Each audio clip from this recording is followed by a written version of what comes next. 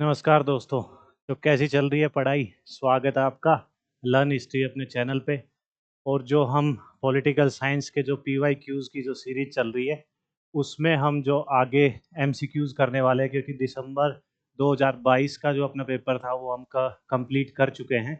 और अभी हम जून 2022 का जो 2023 का सॉरी जो पेपर हुआ था उसके जो पहले 50 क्वेश्चन वो आज कंप्लीट करेंगे। तो आप जुड़े रहें।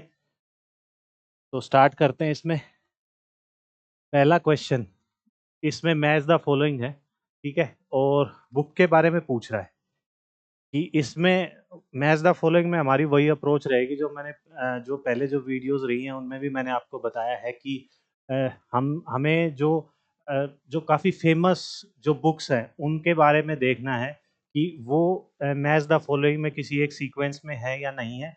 फिर एक भी हमें मिल गया तो हम आराम से उस बाकी जो ऑप्शन है उनको एलिमिनेट करके निकाल ले जाएंगे। तो स्टार्ट करते हैं। इसमें जो पहली बुक है political science the philosophy analysis, A philosophical analysis, ये आएगा आपका वीवी डायक। वीवी की जगह आपका विरोन वैन भी लिखा आ सकता है, ये भी आपको ध्यान रखना है, ठीक है। ये पहले का सेकंड, ये तो पहले ही मिल गया, ठीक है। बाकी आप एलिमिनेट कर दो, बाकी भी देख लेते हैं। Political science and the theory of action, इसका ये आएगा जॉन जी गुनेल, ठीक है। और सी का फोर्थ आएगा और बाकी जो बच गया इसको इसके साथ मिलाना है, ठीक है। नेक्स्ट पे चलते हैं। इस क्वेश्चन में पूछ रहा है कि इनकरेक्ट पूछ रहा है, कौन सा पेयर इनकरेक्ट है। Special power of governor of various states, इसमें इनकरेक्ट पूछ रहा है कि इसमें महाराष्ट्र का है, दे रखा है कि separate development boards of Vidarbha and Marathwada. Telangana separate development board और रायसीना, असम का एरियाज इन द स्टेट। तो ये जो है ना, ये जो रीजन है ये आंध्रा का है, ठीक है। तो ये गलत होगा आपका, ये इसके अंडर नहीं आएगा। तो ये ही आपका इनकरेक्ट है, ठीक है। नेक्स्ट पे चलते हैं। थर्ड, मैच द फॉलोइंग काफ़ी है इसमें। तो इसमें पूछ रहा है कि वही है लेखक और उसके बुक के नाम। तो इसमें पूछ रहा है, देखो इसमें जो एलीट थ्योरी है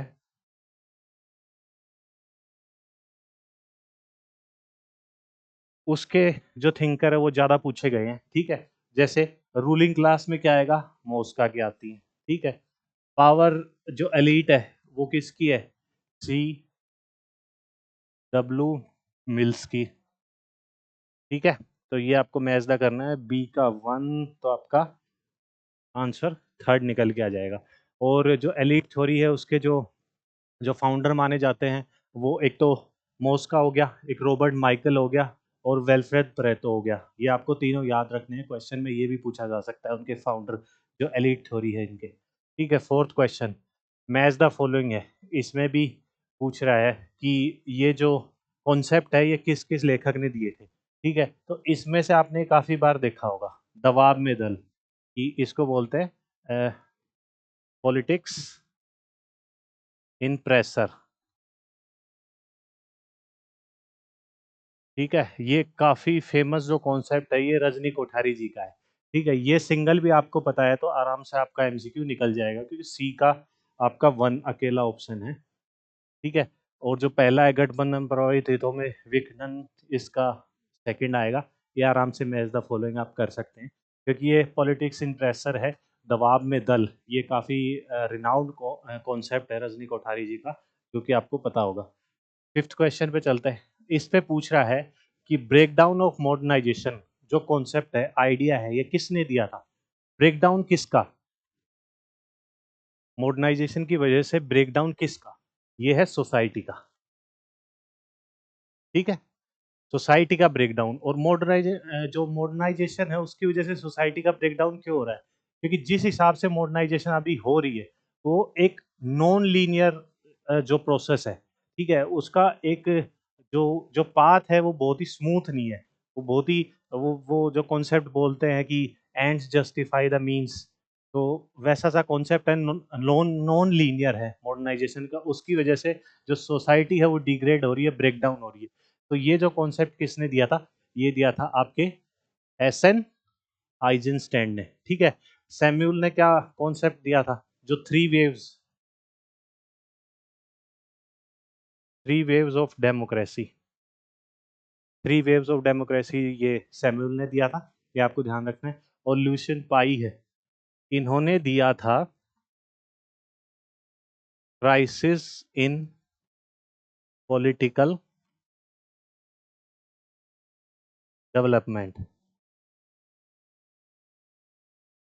जो क्राइसिस इन पॉलिटिकल डेवलपमेंट है, ये लुशियन पाई ने दिया था। और ये जो क्राइसिस हैं, इनको आइडेंटिफाई किया था कि कितने टाइप के जो क्राइसिस है पॉलिटिकल डेवलपमेंट में, वो 6 टाइप के। ठीक है, वो अभी हम आगे देखेंगे। 6th क्वेश्चन है, क्योंकि आगे सेम क्वेश्चन इसी पेपर में आगे फ्रेम किया गया था। 6th क्वेश्चन है, इसमें पूछ रहा है कि वही है, directive principle of state policy को, वो आपको आर्टिकल, जो बेसिक जो आर्टिकल है वो हमें क्या करने हैं। जैसे कि मान लो हमें जो आर्टिकल है, आर्टिकल 5 से 11 तक, ये तो आपके क्या हो गए, सिटीजनशिप के। ठीक है, आपके 12 से 35 आर्टिकल, ये किसके हो गए, फंडामेंटल राइट्स, ये आपको ध्यान रखने हैं। इसके बाद 36 से 51 तक क्या हो गया आपके, डीपी एसपी। ठीक है, और 51A, इसमें क्या आ गया आपके, इसमें आ गया आपके फंडामेंटल, 1 मिनट,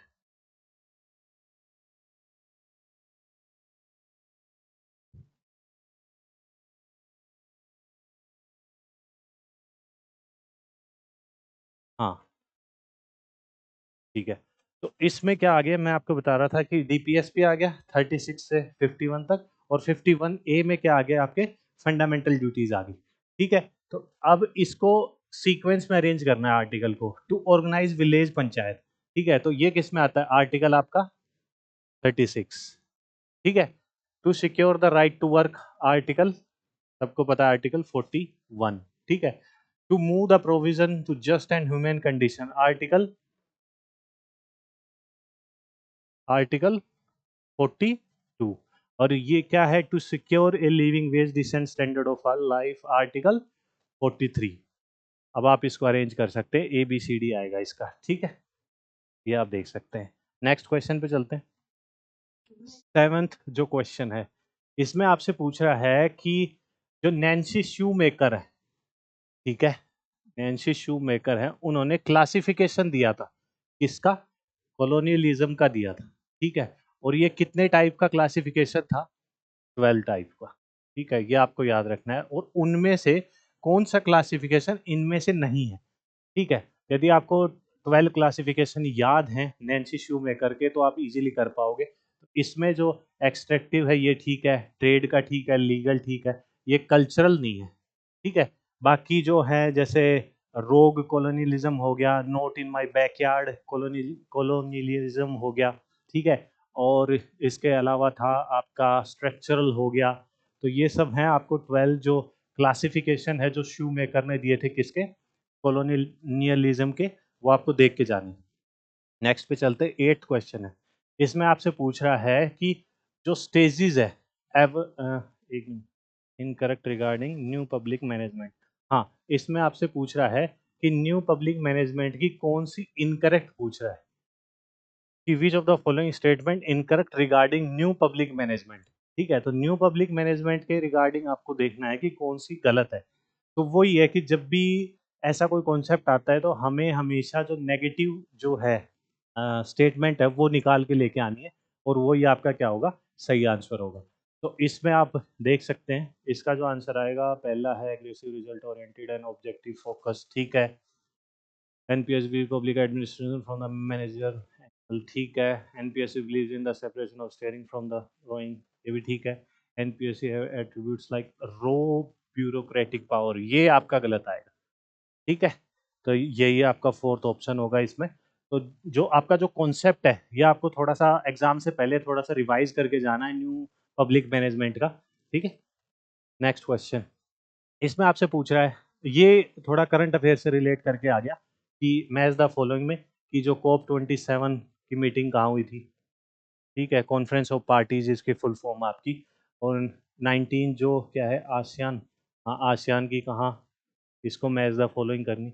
आपको ये पुराना पेपर है, लेकिन अभी जो करंट में जो चल रही है वो भी आपको देख के जानी है। ये अरब लीग की है, ठीक है, और ये क्या है, ब्रिक्स की है। और जो सिटी हैं वो भी काफ़ी कई बार क्या होता है कि कंट्री के नाम नहीं देता, वो सिटी के नाम दे देता है, तो सिटी के नाम आपको पता होना चाहिए। जैसे यूफा है, ये कहाँ आपके रसिया में है, ठीक है। और नोमफेन कहाँ है, कंबोडिया है, ठीक है। और ये कहाँ है, ये इजिप्ट में है, मिस्र। ये आपको ध्यान रखना है।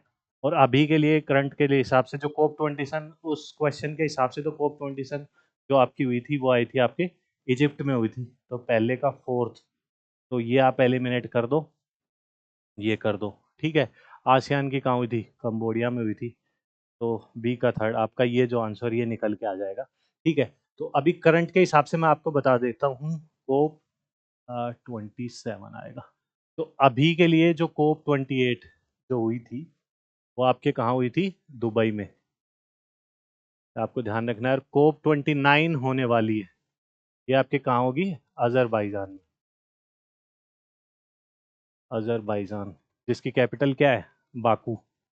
कई बार कैपिटल भी दे देते हैं आईआर के क्वेश्चन में, इंटरनेशनल रिलेशन में, मैच द फॉलोइंग में, तो इसकी बाकू कैपिटल है, ठीक है। और जो नेक्स्ट जो मीटिंग होने वाली है आसियान की, वो आपकी इंडोनेशिया होगी, ये आपको ध्यान रखना है। और बहुत ही कंट्रोवर्शियल जो मीटिंग थी, जो 15वीं जो मीटिंग थी ब्रिक्स की, जिसमें जो व्लादिमीर पुतिन नहीं आए थे, वो आपकी हुई थी साउथ अफ्रीका में, ठीक है।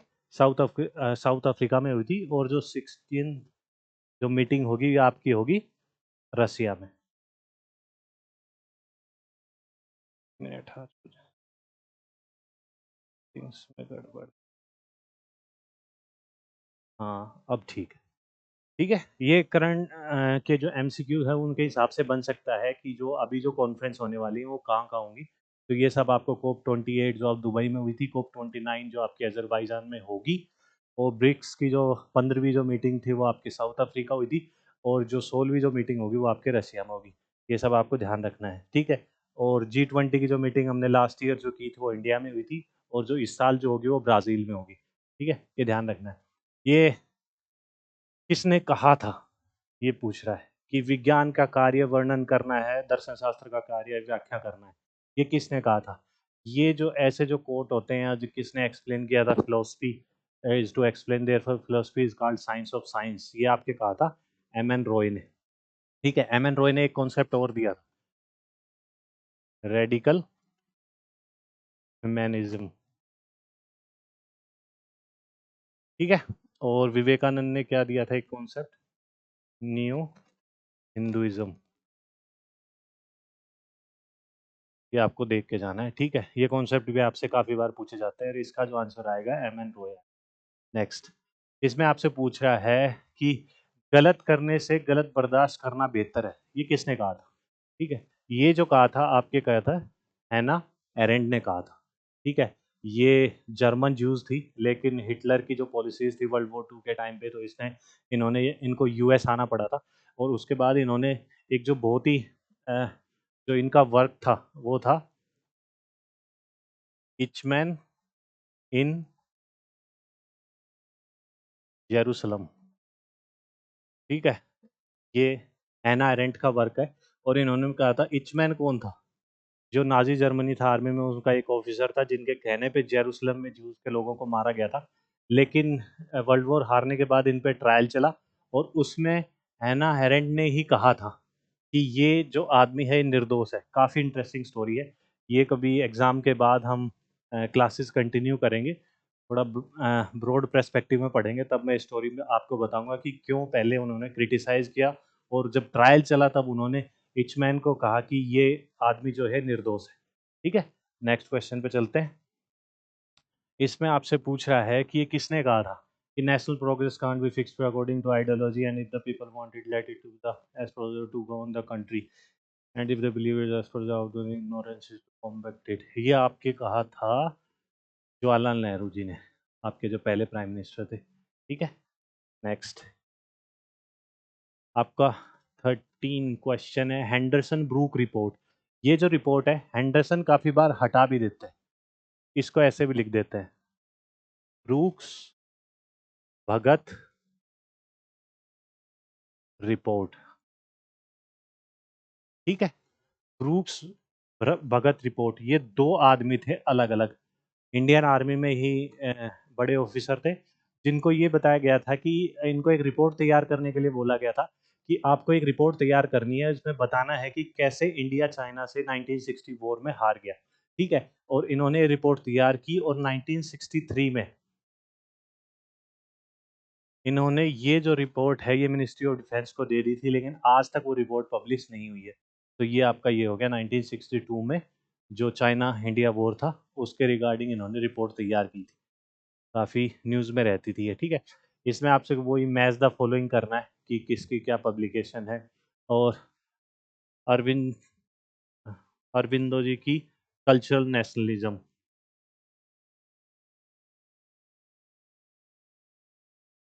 ये सबको पता है। ठीक है, और कबीर वानी आप सबने सुना होगा। ठीक है, सावरकर सावरकर जी का जो हिंदुत्व कॉन्सेप्ट, बाकी जो बच गया आपका ये आएगा। तो फर्स्ट का क्या आएगा फोर्थ, और बी का क्या आएगा सेकंड। सेकंड, ये क्या है, एमसीक्यूज में गड़बड़ है, यहाँ पे आएगा सेकंड और यहाँ पे आएगा आपका थर्ड, और डी का फर्स्ट। ये ठीक है, करेक्ट कर लेना आप, या तो ये क्वेश्चन ड्रॉप हो गया होगा आई थिंक। ठीक है, नेक्स्ट पे चलते हैं।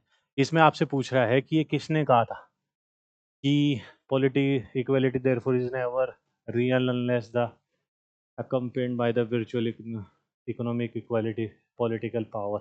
ये किसने कहा था, आप बता सकते हैं?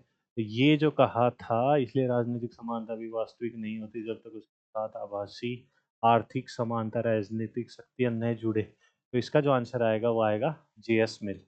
ठीक है, नहीं आज एच जे लास्की आएगा, जेएस मिल नहीं आएगा। ठीक है, एच जे लास्की आएगा, ये आपको ध्यान रखना है। नेक्स्ट क्वेश्चन, इसमें आपसे पूछ रहा है कि ये किसने कहा था, किसने क्लेम किया था कि the science of politics was no longer than himself. ये आएगा आपका होप्स। ठीक है, और एरिस्टोटल को कहते हैं फादर ऑफ पॉलिटिकल साइंस, आपको ध्यान रखना है। और ये जो क्लेम किया था ये होप्स ने किया था, ध्यान रखना है। नेक्स्ट क्वेश्चन, इसमें आपसे पूछ रहा है कि जो ओपन स्काईज जो एग्रीमेंट है वो इंडिया यूएस के बीच में कब साइन हुआ था। जो ओपन स्काईज एग्रीमेंट है इसका मतलब क्या होता है, इसका मतलब है कि जो कॉमर्शियल जो एरोप्लेन होती हैं उनके जो रूट्स हैं उनको बढ़ावा देना, कि डायरेक्ट ये एग्रीमेंट साइन होने के बाद ज़्यादा मिनिस्ट्री का अप्रूवल की कोई चक्कर नहीं होता, मैक्सिमम रूट खोल दिए जाते हैं, ज़्यादा से ज़्यादा जो एरियल जो रूट्स हैं वो यूज़ में लिए जा सके। और ये कब साइन हुआ था आपका, 2005 में साइन हुआ था। 2005 में इंडिया यूएस के बीच में एक एग्रीमेंट हुआ था, 123 एग्रीमेंट। ठीक है, जो किससे रिलेटेड था आपका, न्यूक्लियर टेक्नोलॉजी से रिलेटेड था। ठीक है, नेक्स्ट क्वेश्चन, इसमें आपसे पूछ रहा है कि किसने रिजेक्ट कर दिया था ये क्लेम यूनिवर्सल सिस्टरहुड का। ठीक है, तो इसमें जो फेमिनिस्ट है उनके बारे में बताया जाता है। तो जो यूनिवर्सल सिस्टरहुड क्या आता है कि ओवरऑल ऑल ओवर वर्ल्ड जितनी भी जितनी फीमेल हैं उनको वननेस का जो फीलिंग कराई जाए। लेकिन ये जो कॉन्सेप्ट जो रिजेक्ट कर दिया था वो ब्लैक फेमिनिस्ट है, उन्होंने रिजेक्ट कर दिया था। उन्होंने कहा था कि अभी भी जो डिस्क्रिमिनेशन है वर्ल्ड में वो है रेस के आधार पे, कलर के आधार पे, ये सब उन्होंने बताया था। और जो रेडिकल जो फेमिनिस्ट है, ठीक है, ये कब आए थे, ये जो सेकंड वेव आई थी फेमिनिज्म की उसको बोलते हैं रेडिकल फेमिनिस्ट। और इसके टाइम पे एक स्लोगन काफ़ी फेमस हुआ था और काफ़ी बार आपके को एग्जाम में पूछा गया है, जो है पर्सनल इज पॉलिटिकल। ठीक है, और ये किसने दिया था, रेडिकल फेमिनिस्ट थी एक, कैरोल एनिश। ये आपको ध्यान रखना है, ये भी पूछा जा सकता है कि ये किसने इसको ज़्यादा प्रमोट किया था, पर्सनल इज पॉलिटिकल को। ये रेडिकल फेमिनिस्ट थी जो कि कैरोल हैनिस थी। और ये पर्सनल इज पॉलिटिकल ये किसके खिलाफ था, ये एरिस्टोटल के खिलाफ था, क्योंकि एरिस्टोटल ने जो जिसको फादर ऑफ पॉलिटिकल साइंस बोला जाता है, उन्होंने क्या किया था कि जो लोगों की लाइफ थी उसको दो हिस्सों में बांट दिया था, एक पर्सनल एक पब्लिक। ठीक है, लेकिन उन्होंने, जो फेमिनिस्ट थे, उन्होंने इसके अगेंस्ट बोला है पर्सनल इज पॉलिटिकल। ये काफ़ी बड़ा कॉन्सेप्ट हो जाएगा, कभी बाद में करेंगे इसको, लेकिन ये आपको ध्यान रखना है कि पर्सनल इज पॉलिटिकल ये किसने दिया था, रेडिकल फेमिनिस्ट ने दिया था, कैरोल हैनिस ने। ठीक है, नेक्स्ट क्वेश्चन इसमें पूछ रहा है कि नेहरू, पटेल, प्रसाद, आज़ाद एंड ओलिगैर्की क्या होता है? Rule of views. ठीक है, तो अब ये किसने कहा था? कि जी ऑस्टिन ने कहा था, मोरिस जोन्स ने, आइवर जेनिंग्स या केसी ने? तो इसका जो आंसर आएगा जी आएगा, जी ऑस्टिन। इन्होंने क्या कहा था कि जो इंडिया है वो क्वासी फेडरेशन है। ठीक है, और इन्होंने क्या कहा था कि जो इंडियन कॉन्स्टिट्यूशन है वो लॉयर्स के लिए क्या है? Lawyers paradise. ये दोनों जो स्टेटमेंट है वो याद रखनी है। के से क्वासी हो जाएगा याद रखने के लिए। ठीक है, और ये जो स्टेटमेंट है ये ऑस्टिन ने दिया था। नेक्स्ट क्वेश्चन पे चलते हैं। इसमें आपसे पूछ रहा है कि गवर्नर की पावर पूछ रहा है, पार्डनिंग जो पावर है उनके बारे में पूछ रहा है। तो यदि गवर्नर की जो पावर होती है, जो प्रेसिडेंट की जो जो पार्डनिंग जो पावर होती है वो आर्टिकल किस में आती है? 72 में। और गवर्नर की किस में आती है? आर्टिकल 161 में। ये दोनों आपको ध्यान में रखनी है। और इसमें पूछ रहा है कि suspend the sentence, commute the sentence, grant remission, ये आपका एबीसीडी तीनों आएगा।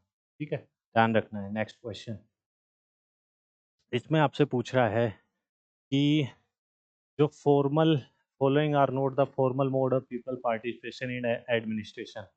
फॉर्मल मोड पूछ रहा है, जो नेगेटिव होगा वही इसका जो आंसर होगा, क्योंकि क्वेश्चन पॉजिटिव सेंस में है। तो रिकॉल ठीक है, प्रेशर ऑफ ग्रुप्स ठीक है, पब्लिक ओपिनियन, रेवोल्यूशन नहीं आएगा। ठीक है, तो इसका जो आंसर आएगा वो आएगा आपका थर्ड। सेकंड क्वेश्चन आगे, इसमें आपसे पूछ रहा है कि जो Nalanda college of Buddhist studies है कनाडा में, वो उसके फाउंडर कौन है? डायरेक्ट कॉन्सेप्ट फैक्चुअल क्वेश्चन है, ये आपको पता होना चाहिए। ये है स्वांडा एच जे। ठीक है, सेकंड इसका जो आंसर आएगा।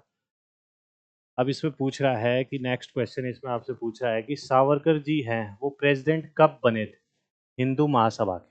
ठीक है, तो इसका जो आंसर आएगा ये आएगा 1937, 1937 में बने थे। हिंदू महासभा के बारे में बता दूं, ये 1915 में बनाई थी मदन मोहन मालवीय जी ने। ठीक ठीक है, और इसकी जो पहली जो कॉन्फ्रेंस हुई थी इनकी हरिद्वार हुई। ठीक है, और 1921 में इन्होंने अपना हिंदू महासभा नाम बदल के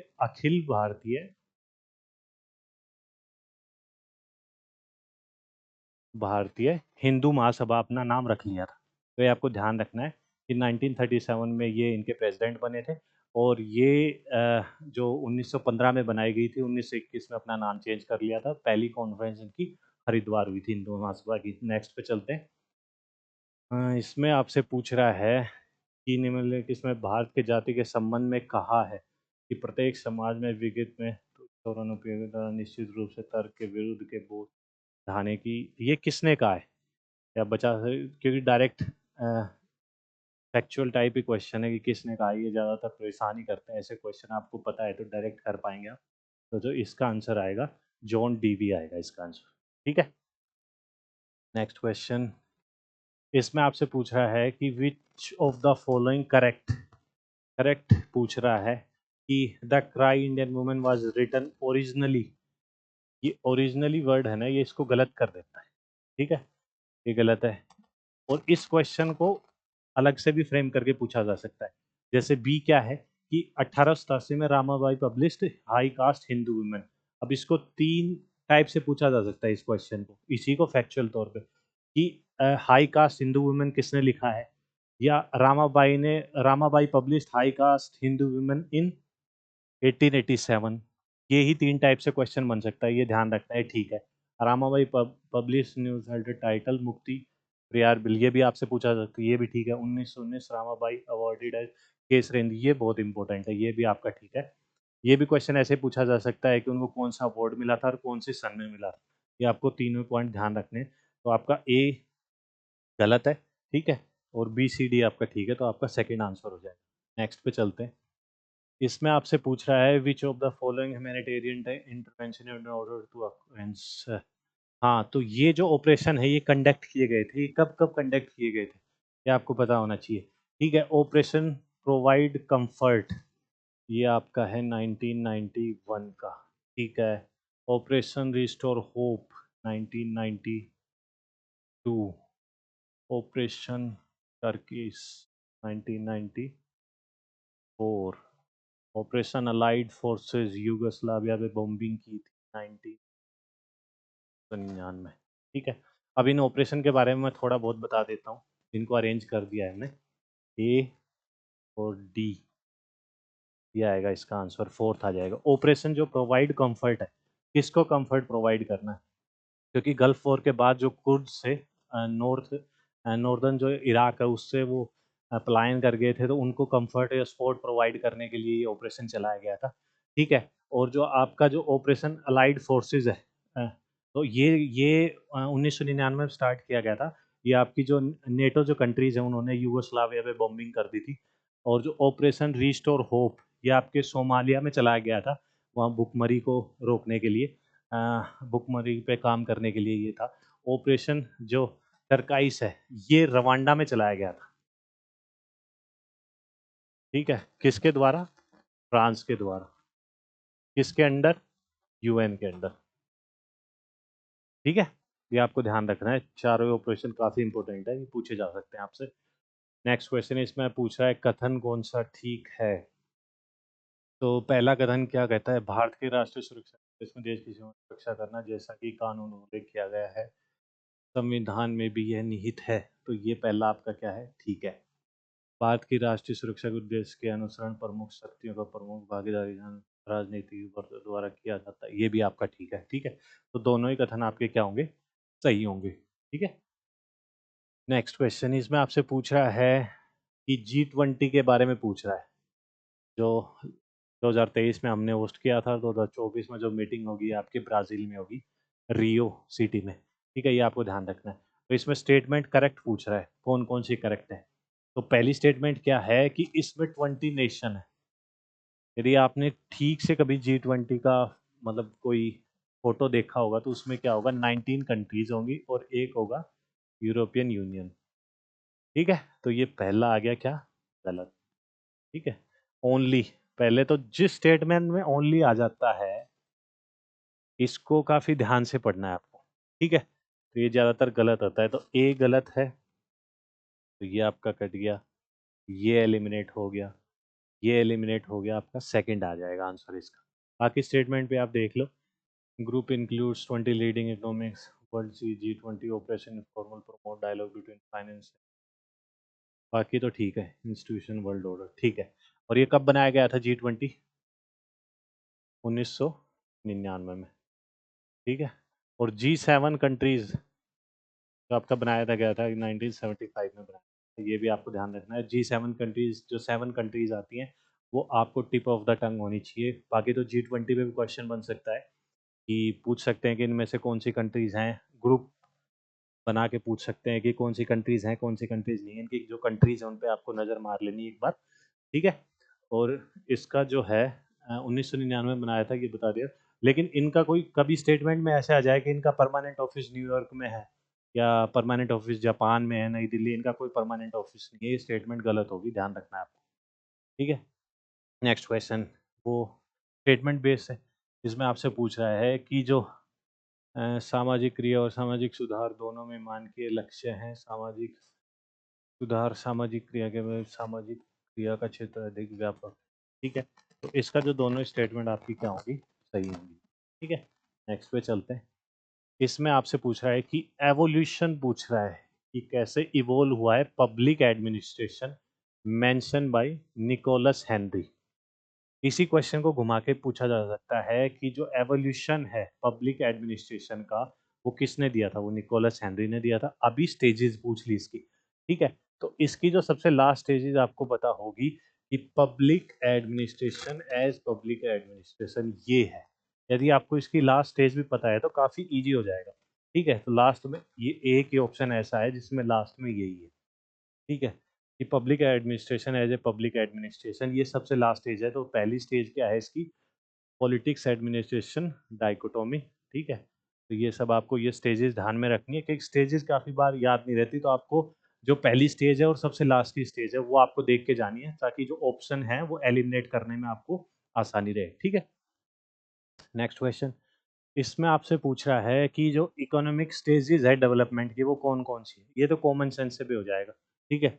ये पहली स्टेज हो गया आपकी प्री टेक ऑफ स्टेज, ठीक है। टेक ऑफ स्टेज उसके बाद आएगी, तो ठीक है। Age of high mass consumption ये नहीं आएगा, एज ऑफ मैच्योरिटी आएगी उसके बाद ही आएगा। तो बी डी आपका ऑप्शन ए इसका आंसर हो जाएगा, ठीक है। नेक्स्ट पे चलते हैं। इसमें आपसे पूछ रहा है कि two important institution that had contribute significantly development administration and practice are important significant development. तो इसमें जो आपका आंसर आएगा वो आएगा church and the military. Two important institution that contribute significantly development, हाँ ऑप्शन ए आएगा, ठीक है। ये ध्यान रखना है आपको। हाँ आर्टिकल 33 नहीं, आर्टिकल क्वेश्चन 33, इसमें ये काफ़ी इंपॉर्टेंट क्वेश्चन है। एक तो आपको ये पता होना चाहिए कि किस जो केशवानंद भारती है वर्सेस स्टेट ऑफ केरला, ये स्टेट भी याद रखने हैं, यूनियन ऑफ इंडिया किसके अगेंस्ट है केस, ये सब याद रखने हैं। तो केशवानंद भारती केस ना स्टेट ऑफ केरला 1973, जिसमें बेसिक फीचर ऑफ कॉन्स्टिट्यूशन हमारा दिया गया था। मिनरवा मिल्स केस 1980, जिसमें जो टसल चल रही थी कि फंडामेंटल राइट को ऊपर रखा जाए या directive principle of state policies को ऊपर रखा जाए, तो ये टसल खत्म की थी मिनरवा मिल्स केस ने, ये ध्यान रखना है। गोलकनाथ केस 1967, इसमें क्या कहा था कि जो फंडामेंटल राइट्स हैं उनको आप कॉन्स्टिट्यूशनल अमेंडमेंट के थ्रू हटा नहीं सकते, ठीक है। मेनका गांधी केस 1978, इसमें ये आपके आर्टिकल 21 से रिलेट करता है, ठीक है। तो इसको अरेंज कर लेते हैं। 1973 गोलकनाथ सी सबसे पहले आएगा, तो ये हटा दो, ये हटा दो, फिर उसके बाद ए आएगा। तो आपका सेकंड जो आंसर निकल के आ जाएगा। ये केसेस आपको इन सीक्वेंस याद कर लेने, वो चाहे शंकरी प्रसाद केस हो, फिर गोलकनाथ आ गया, ठीक है। फिर अमेंडमेंट्स आ जाते हैं, 24th अमेंडमेंट आ गया आपका, केशवानंद भारती केस आ गया, फिर 42nd अमेंडमेंट एक्ट आ गया 1976 का, 44th अमेंडमेंट एक्ट आ गया 1978 का, और फिर उसके बाद मिनरवा मिल्स केस आएगा। काफ़ी बार इनके बीच में अमेंडमेंट भी दे देते हैं जो कि अरेंज करने होते हैं आपको, तो ठीक है। 34 नेक्स्ट क्वेश्चन पे चलते हैं। इसमें आपसे पूछ रहा है कि जो फ्रेडरिक हैसबर्ग थे उन्होंने बताया था कि जॉब सेटिस्फेक्शन के लिए क्या क्या चीज़ें मायने रखती हैं, ठीक है। इसमें आप देख सकते हैं कि अचीवमेंट्स है, ठीक है, रिकॉग्निशन है, ठीक है, वर्क इटसेल्फ, ठीक है, सैलरी नहीं है। ऑप्शन डी हो गया, ये आपको एलिमिनेट कर देते हैं। ऑप्शन डी जिसमें है वो ऑप्शन एलिमिनेट कर देते हैं। आपका जो आंसर निकल के आएगा वो आएगा A B C, working condition भी नहीं आता इसमें, ठीक है। नेक्स्ट क्वेश्चन, इसमें आपसे पूछ रहा है कि who among the following said the concept of citizenship has gone out of the fashion. तो ये जो सिटीजनशिप का जो कॉन्सेप्ट है वो आउट ऑफ फैशन हो चुका है, ये किसने कहा था? तो ये कहा था आपके वैन गन्स्टन ने, ठीक है। ये आपको ध्यान रखना है, सीधा एक्चुअल क्वेश्चन है। अब इसमें क्या पूछ रहा है कि अकॉर्डिंग टू गांधी कौन सी स्टेटमेंट सही है, ठीक है। अब इसमें पूछ रहा है कि there is no relation between ends and means. Ends and means का क्या कॉन्सेप्ट होता है? एंड्स का मतलब कोई चीज़ ये मान लो कि आपको सक्सेस मिली है, ठीक है, वो हो गया एंड्स, और सक्सेस जिस प्रोसेस के थ्रू मिली है वो हो गया मीन्स, ऐसे मान के चल लो इसको, ठीक है। तो इसमें कहता है कि there is no relation between ends and mean, ऐसा हो ही नहीं सकता कि जब तक प्रोसेस अच्छी नहीं होगी तो एंड्स कैसे अच्छे होगा, गांधी जी यही मानते थे। एंड्स जस्टिफाई द मीन्स, ये भी नहीं हो सकता। ये थोड़ी है कि सक्सेस मिलनी चाहिए, प्रोसेस चाहे कैसी भी हो उससे फर्क नहीं पड़ता, ये भी गलत है। प्रोसेस भी तो आपकी क्लीन एंड क्लियर होनी चाहिए। मीन्स आर नॉट इम्पोर्टेंट, ये भी गलत है। Ends and means are inter related, ये कॉन्सेप्ट ठीक है अकॉर्डिंग टू गांधी जी। वो दोनों ही प्रोसेस को भी और जो एंड रिजल्ट आता था उन दोनों को ही काफ़ी इंपॉर्टेंट मानते थे। ये आपको ध्यान रखना है, ठीक है। नेक्स्ट क्वेश्चन पे चलते हैं। आर्टिकल 21 के बारे में, फंडामेंटल राइट के बारे में पूछ रहा है कि कौन कौन से जो इसमें आएंगे, कि राइट अगेंस्ट पब्लिक हैंगिंग ठीक है, राइट टू सस्टेनेबल डेवलपमेंट ठीक है। कितने गोल है सस्टेनेबल डेवलपमेंट गोल? 17 है, ध्यान रखने। राइट टू लाइवलीहुड ठीक है। Right to free education up to 16 ये आएगा 14, ठीक है। और जो 86 अमेंडमेंट एक्ट था 2002 का, जिसमें कौन सा आर्टिकल ऐड किया था? Article 21A, right to education. ये आपको ध्यान रखना है, ठीक है। और ये आ गया, तो वही है, इसमें डी गलत है, डी जिसमें है वो एलिमिनेट कर दो आप। आपका आंसर जो आएगा क्या निकल के आ जाएगा? सेकंड। नेक्स्ट पे चलते हैं। इसमें आपसे पूछ रहा है कि which of the following crisis political development, ये हमने बात की थी क्राइसिस इन पॉलिटिकल डेवलपमेंट, ये कॉन्सेप्ट किसने दिया था? ये दिया था लुशियन पाई ने, ठीक है। और ये कितने टाइप के थे? 6 टाइप के थे, ठीक है। अब इनमें से कौन कौन से हैं? वो 6 के 6 टाइप आपको याद होने चाहिए। आइडेंटिफाई क्राइसिस ठीक है, लेजिटिमेसी क्राइसिस ठीक है, पेनिट्रेशन क्राइसिस ठीक है, वेलफेयर क्राइसिस नहीं है। 3 तो ये हो गए, ठीक है। 3 कौन कौन से हैं? एक है डिस्ट्रीब्यूशन, ठीक है। दूसरा है आइडेंटिटी हो गया, और आएगा इंटीग्रेशन। और तीसरा क्या है? पेनिट्रेशन हो गया, तो पार्टिसिपेशन। ये आपको तीनों 6 के 6 याद होने चाहिए, ठीक है। 3 तो ये हो गए, डिस्ट्रीब्यूशन, इंटीग्रेशन और पार्टिसिपेशन, ये 3 हो गए, जो कि क्या है? क्राइसिस इन पॉलिटिकल डेवलपमेंट है, जो कि लुशियन पाई ने दिए थे। ये 3 6 के 6 आपको याद होने चाहिए। हाउ मेनी मिनिमम, अब पूछ रहा है आपसे नेक्स्ट क्वेश्चन में कि राज्यसभा के कितने मेंबर रिक्वायर्ड हैं इम्पीचमेंट हटाने के लिए जज को? मोशन जो स्टार्ट किया जाता है लोकसभा राज्यसभा में, तो उसमें कितने मेंबर चाहिए? तो इसमें आएगा 50, और यहीं इसको काट के मैं लोकसभा कर दूं तो ये नंबर बढ़ के हो जाएगा 100 आपका, ठीक है। और अभी तक कोई भी जज का जो इम्पीचमेंट नहीं हुआ है, जिनके खिलाफ, एक जज थे जिनके खिलाफ आपका जो इम्पीचमेंट प्रोसेस स्टार्ट की गई थी, वो थे ई रामास्वामी, वी रामास्वामी थे, वी रामास्वामी ये जज थे जिनके खिलाफ इम्पीचमेंट प्रोसेस स्टार्ट की गई थी, लेकिन वो कंप्लीट नहीं हो पाई थी, ठीक है। तो ये आपको ध्यान रखना है। नेक्स्ट क्वेश्चन इसमें आपसे पूछ रहा है कि three type of topology of theories of globalisation developed by, ये भी पूछा जा सकता है आपको घुमा के, कि theories of globalisation developed by Held and McGrew, ठीक है। तो कौन कौन सी है? हाइपर ग्लोबलिस्ट, ठीक है, जो कि जो ग्लोबलाइजेशन को काफ़ी सपोर्ट करते हैं बढ़ चढ़ के, कि ग्लोबलाइजेशन से ही सब कुछ है। स्केप्टिक, जो कि ग्लोबलाइजेशन को थोड़ी शक की नज़र से देखते हैं, ठीक है। ये नहीं आएगा इसमें, सी नहीं आएगा, तो सी जहाँ एलिमिनेट कर दो आप, ए बी डी आएगा।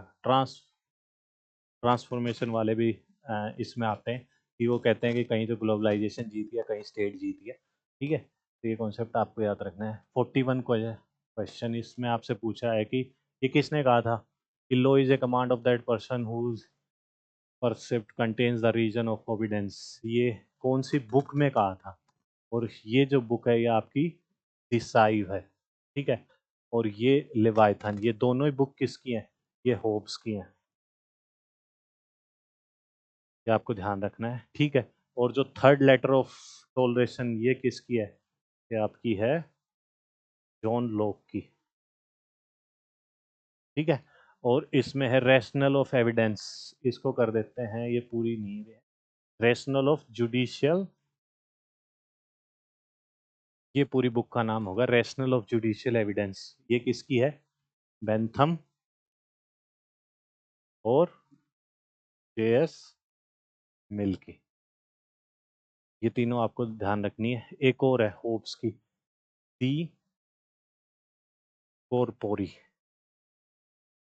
ठीक है। ये तीनों आपको याद रखनी है। डिसाइव, ये इसमें स्टेटमेंट कही थी। लिवाइथन हो गया, ये होप्स की है, ये ध्यान रखना है आपको, ठीक है। 42nd क्वेश्चन इसमें आपसे पूछ रहा है कि इसको अरेंज करना है आपको, ये कब कब जो रिफॉर्म्स हुए थे या जो कमेटी आई थी तो इसमें है गोस्वामी कमेटी, सबको पता होगा, 1990 की है, ठीक है। Election commission campaign against criminalisation of politics, ये अभी ताज़ा था, 2004 का आई थिंक, ठीक है। तो ये सबसे नया है। सबसे लास्ट में डी, जिसमें लास्ट में है, बाकी हटा दो जो डी है, अब ये करेंगे।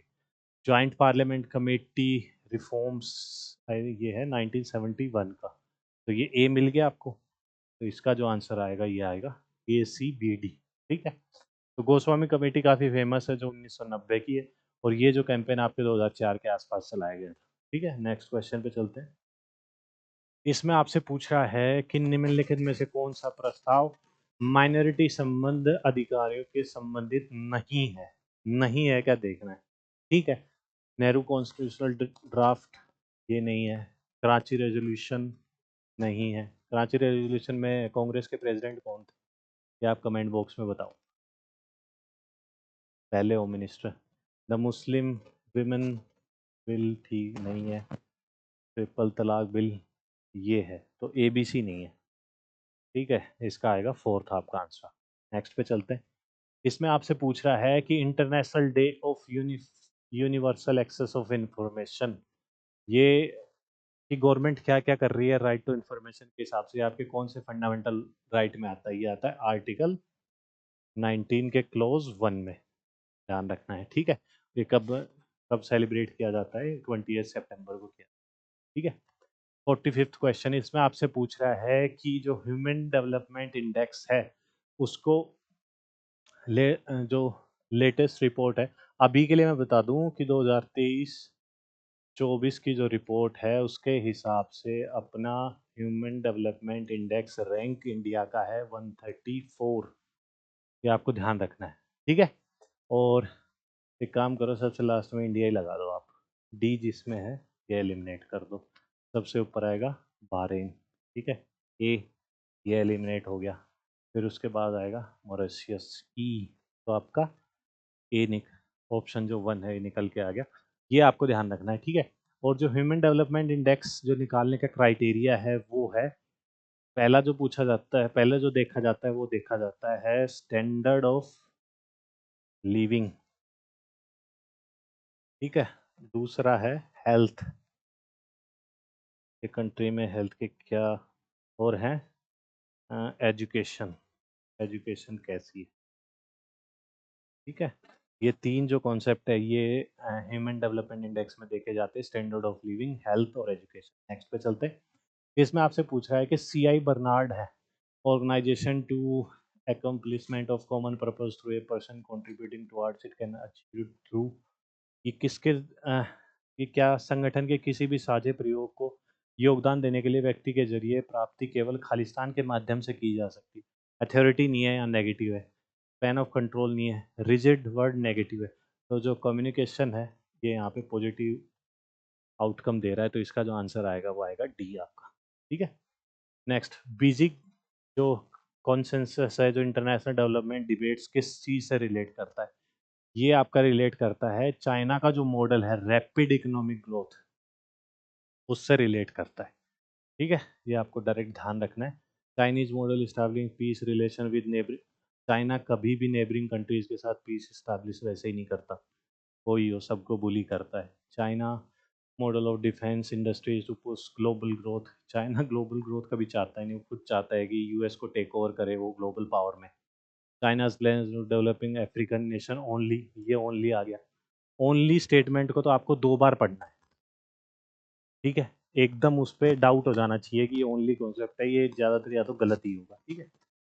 नेक्स्ट, इसमें आपसे तिलक जी के बारे में पूछ रहा है कि Tilak's understanding about the word Swaraj, ठीक है। इमोरल नेसेसिटी, ठीक है। अब जो नेगेटिव जो वर्ड होगा ना, जो नेगेटिव स्टेटमेंट होगी, वो ही इसका आंसर होगा। यदि आपको ज़्यादा भी नहीं पता, तो आपको ये पॉजिटिव स्टेटमेंट है, इसमें क्या होता है, आपको नेगेटिव स्टेटमेंट ढूंढनी है। धर्मा ए ड्यूटी, ठीक है। A life centre to others, ये देखो क्यों, एंड डिपेंड अपॉन अदर्स, ये तो हो ही नहीं सकता, नेगेटिव कॉन्सेप्ट है। लाइफ कभी भी दूसरों पे थोड़ी डिपेंड होगी, ठीक है। खुद से करना है जो कुछ करना है। Self control, inner spiritual freedom, ये ठीक है। तो आपका जो C है ये गलत है, तो इसका क्या आएगा, ABD आएगा इसका आंसर। आपका जो थर्ड है ये आंसर निकल के आ जाए, ठीक है। नेक्स्ट क्वेश्चन, इसमें आपसे पूछ रहा है कि which of the following observe, किसने ऑब्जर्व, कौन सा स्कॉलर था जिसने ऑब्जर्व किया कि forms of Nehruvism, militant Nehruvism, classical Nehruvism, post cold war Nehruvism, ठीक है। तो ये किसने किया था? तो George Tanham, Stephen Cohen, David जो आपके स्टेफन कोहेन है, इन्होंने ये जो ऑब्जर्व किया था, जो नेहरूविज्म जो डिफरेंट टाइप्स के थे, इसका तो आपको डायरेक्ट ध्यान रखना है, ठीक है। आज की वीडियो का लास्ट क्वेश्चन, इसमें आपसे पूछ रहा है कि which of the following are correct with regarding new realism, ठीक है। इसके बारे में आपसे पूछ रहा है कि ऐसी स्टेटमेंट में क्या होगा, कभी रियलिज्म के बारे में ऐसी स्टेटमेंट पूछेगा, रियलिज्म के बारे में कौन सा पॉइंट है या नहीं है, करेक्ट पूछेगा, ठीक है। Which of the following correct with regarding neo realism in international politics. ऐसी स्टेटमेंट में क्या होता है, काफ़ी बार ऐसी स्टेटमेंट दे देगा, फिर उसमें क्या है कि जो लिबरल इंटरनेशनल पॉलिटिक्स है उसका पॉइंट डाल देगा, या नियो पूछ रहा है तो रियलिस्टिक का डाल देगा। तो ये आपको ध्यान रखना है। इसमें पूछ रहा है कि जो फॉलोइंग सारे international anarchy necessary to and to tension conflict possibility of war, international anarchy result in a system of self help, ये नहीं है। Conflict is encourage by the fact of that following security dilemma, ठीक है। Can be called a building of the store of military weapons for offensive purpose, ये इसका answer ठीक आएगा। Answer क्या आएगा इसका? डी। ये आपको ध्यान रखना है, ठीक है। तो आज के लिए 50 क्वेश्चन है, इसका पार्ट 1 है, पार्ट 2 हम नेक्स्ट वीडियो में लेके आएंगे। तो मैं ये चाहता हूँ कि ज़्यादा से ज़्यादा आप एग्ज़ाम तक ज़्यादा से ज़्यादा एमसीक्यूज़ लगाएं, और जो ये सीरीज़ हमारी चल रही है इसमें लर्न हिस्ट्री जो चैनल हमारे साथ जुड़े रहें और ज़्यादा से ज़्यादा एमसीक्यूज़ लगाएं। वीडियो अच्छी लगती है तो चैनल सब्सक्राइब करें और अपने दोस्तों के साथ भी शेयर करें, उनका भी एग्ज़ाम में काफ़ी हेल्प मिलेगी। हम देख रहे हैं कि ये क्वेश्चन ही 50 होंगे, यदि एक्सप्लेनेशन देखें, क्योंकि और भी फैक्ट्स मैं आपको इसके साथ बताता हूँ, तो ये 50 नहीं 100 क्वेश्चन हो जाते हैं यदि आप ध्यान से देख रहे हैं वीडियो। तो आज के लिए बस इतना ही, ठीक है। वीडियो को लाइक करें, शेयर करें, सब्सक्राइब करें, और जो एप्लीकेशन है वो भी आप डाउनलोड कर सकते हैं। और जो आपके जो हिस्ट्री के लिए जो जो दोस्त हैं आपके, जो नेट जेआरएफ के लिए तैयारी कर रहे हैं, उनको भी आप ये चैनल रिकमेंड कर सकते हैं, क्योंकि चौहान सर हिस्ट्री पढ़ाते हैं आपका। तो थैंक यू।